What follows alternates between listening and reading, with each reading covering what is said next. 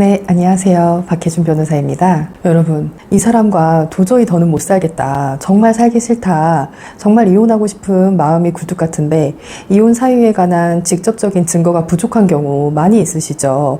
부부 사이에 서로가 당하는 부당한 순간에 갑자기 카메라를 켜는 것도 아니고 갑자기 녹음기를 켤 수 있는 것도 아니고요. 증거를 수집하기가 참 쉽지 않습니다.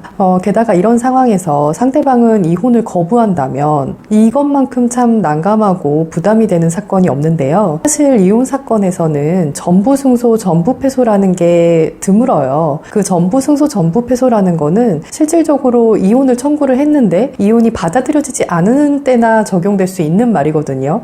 이혼을 청구했는데 이혼이 인용이 되어야지 위자료, 재산분할, 양육 이런 부분까지 나아가서 판단을 하는 건데 이혼 자체가 기각이 된다면 나머지 부분들은 사실 판단할 필요도 없이 그냥 전부 패소가 되는 거예요. 보통 이혼 사유가 있다는 것을 전제로 이혼 소송을 제기하시기 때문에 이혼이 인용된다면 이제 위자료, 재산분할, 양육 부분에 관해서 나의 주장이 어느 정도로 인용이 되느냐의 문제가 되는 것이고, 그래서 대부분의 사건들이 다 일부 승소라고 표기가 됩니다. 물론 일부 승소라고 뜨더라도 사실 당사자나 변호사들은 알죠. 이게 내가 실질적으로 사실상 내가 이긴 건지 진 건지, 얼마나 이긴 거는 그만큼 전부 승소나 전부 패소라는 것은 굉장히 이제 이혼 자체가 받아들여지지 않는 극단적인 결과를 의미하는 건데, 아무튼 다시 앞으로 돌아가서 이혼 사유에 관한 직접적인 증거는 부족한데 상대방이 이혼에 동의하지 않는다면 이것은 곧 이혼이 기각될 가능성이 있다는 뜻이고 전부 패소를 의미하는 거겠죠. 그래서 이런 경우만큼 소송 진행에 좀 부담이 큰 사건이 없어요. 아주 좀 까다롭고 힘든 사건 중에 하나인데, 오늘은 이런 상황에서 승소하게 된 케이스를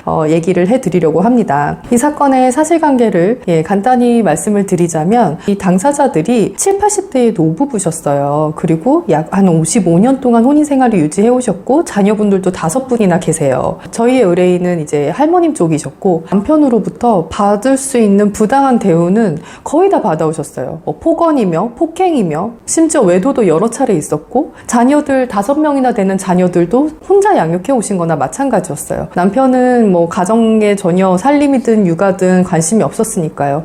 정말 이 할아버지는 엄청나게 가부장적이고 권위적인 사고를 가진 사람으로서 마치 정말 절대 권력자처럼 가족들 위에 군림하고 본인이 원하는 대로 살고 자녀들에게도 아내에게도 애정은 주지 않는 생활을 해오셨고요. 그리고 또 하나 이제 주장했던 유책 사유는 경제적 전횡이었어요. 경제권을 독점해서 정말 경제적 횡포를 저질렀는데, 이 할머님께서 55년 동안 한평생을 바쳐서 살림도 꾸리시고 5명의 자녀를 건사하시면서 뒷바라지하고 살아오시고 남편 뒷바라지 하시고 그렇게 살아오셨는데, 지금에 와서 이 할머님 수중에 남은 거는 통장에 100만 원 정도밖에 없는 거예요. 그리고 매번 이제 할아버지로부터 빠듯하게 생활비를 받으면서 5명의 자녀들을 위한 살림을 꾸려오셨고요. 그리고 그렇게까지 내 자신을 희생하고 헌신하면서 가정을 지켜왔는데, 자신의 그런 희생과 노고에 대해서 배우자로부터 조금의 존중과 인정을 받지 못한다는 그 현실에 사실 이 할아버지는 좀 상당한 자산을 갖고 있는 분이었어요. 그리고 솔직히 드러난 자산 외에 더 많은 재산을 본가 쪽의 친인척들에게 차명으로 돌려놓기도 했고요. 이 할머니께서 이렇게는 도저히 억울해서 못 살겠다. 내가 그동안 그렇게 고생하면서 살아온 거에 대해서 당신도 인정하고 존중한다는 차원에서 나한테 조금이라도 보상을 해달라라고 하셨어요. 근데 이 할아버지가 당연히 할머니의 말에 코웃음을 치면서 무시를 한 거예요. 이 할머니의 어떤 심정을 전혀 헤아리지 못하고 결국 그렇게 부부간의 갈등이 좀 증폭이 되면서 할머니께서 이혼을 결심하시게 되셨어요. 실제로 그래서 두 분이서 협의이혼에 합의를 하셔가지고, 그러니까 이혼 의사가 합치해서 같이 협의이혼 신청을 하고 오셨어요. 신청서도 제출하고 왔는데, 이제 협의이혼을 신청하시면 확인기일에 같이 출석을 해야 되거든요. 근데 확인기일을 앞두고 이 할머니께서 협의이혼을 하면 재산분할 부분이 제대로 정리되지 않는다는 사실을 아신 거예요. 그래서 이 할머니께서 법적으로 완전히 재산분할에 관한 권리까지도 정당하게 받고 관계를 정리하고 싶어서 소송을 의뢰하셨던 그런 사건입니다. 근데 일단은 저희가 그래서 이혼 소송을 제기를 했더니 역시나 할아버지께서는 이혼에 동의할 수 없다. 지금 다 늙어서 무슨 이혼이냐. 내 나이가 지금 80이 훨씬 넘었고 이렇게 병들고 노쇠한데 남은 여생 부부가 같이 살아야지 이제 와서 무슨 이혼이냐, 이혼 못 해준다. 이 소송을 저희가 수임을 할 때 약간의 우려는 뭐였냐면은 지난 50년 넘는 세월 동안 할아버지로부터 받아온 부당한 대우에 비해서 증거가 너무 없는 거예요. 이제 폭행도 여러 번 있었고, 실제로 할아버지의 폭행으로 인해서 손가락도 골절돼서 지금도 굽어 있고, 수년 전에 늑골이 골절되기도 했고, 상해에 이를 정도의 그런 폭행 외에 정말 크고 작은 사소한 폭행들도 아주 많았지만 제대로 된 증거가 없는 거예요. 그리고 폭언은 일상다반사였고요. 그 전반적으로 봤을 때 이혼 사유에 대한 법적으로 인정될 수 있는 이혼 사유에 대한 직접적인 증거가 좀 부족한 그런 상황이었어요. 그럼에도 저희가 뭐 어쨌든 이제 사건을 수임해서 적극적으로 다퉈보고자 애를 썼는데 1회 기일에 갔는데 재판부가 너무도 그 부정적인 심증을 그대로 드러내는 거예요.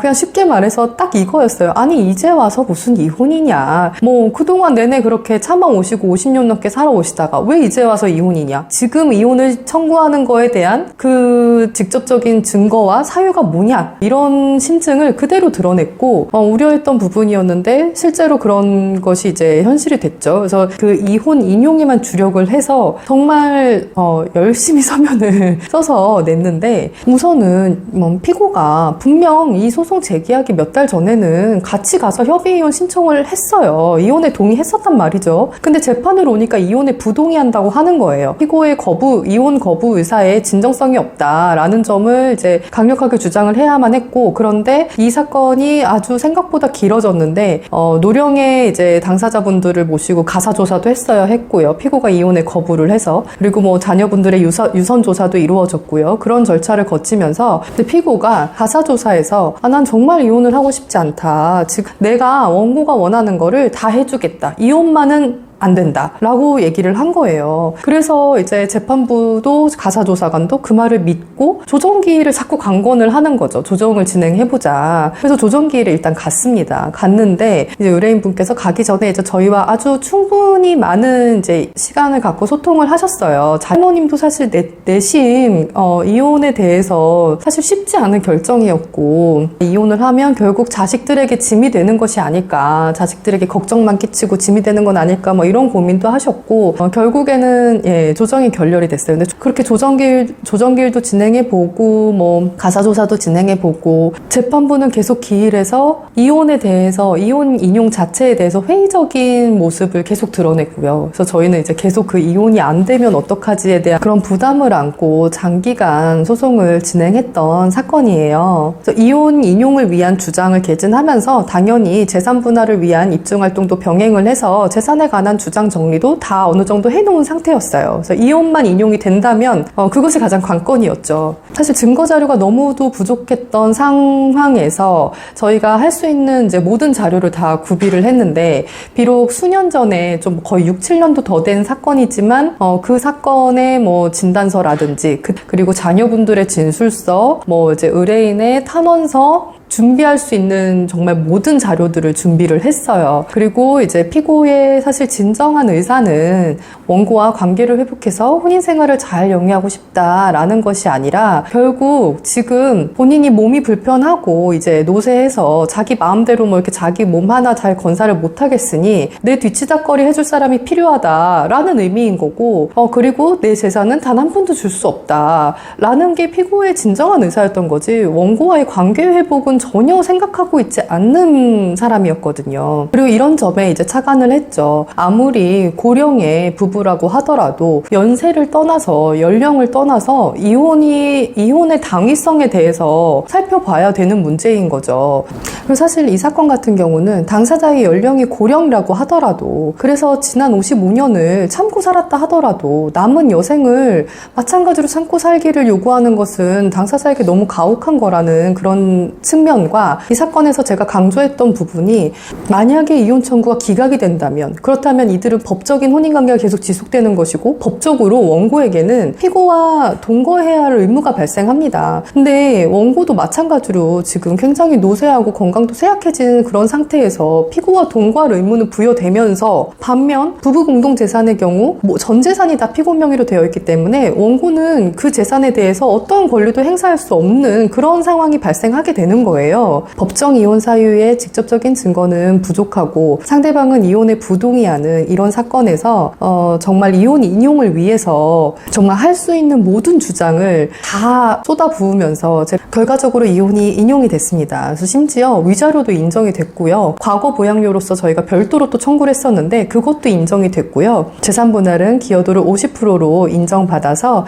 사실상 원고의 청구가 대부분 다 인정이 된 승소한 사례였습니다. 사실 좀 이혼 사유에 관한 입증 자료도 부족했고 재판부마저 이혼 인용에 대한 좀 부정적인 심증을 드러내면서 소송 기간 내내 재판 결과에 대해서 우려스러웠던 사건이었는데 다행히 좋은 결과를 받게 되었던 사건이었습니다. 시청해주셔서 감사하고요. 또 다른 소송 이야기로 찾아뵐게요. 감사합니다.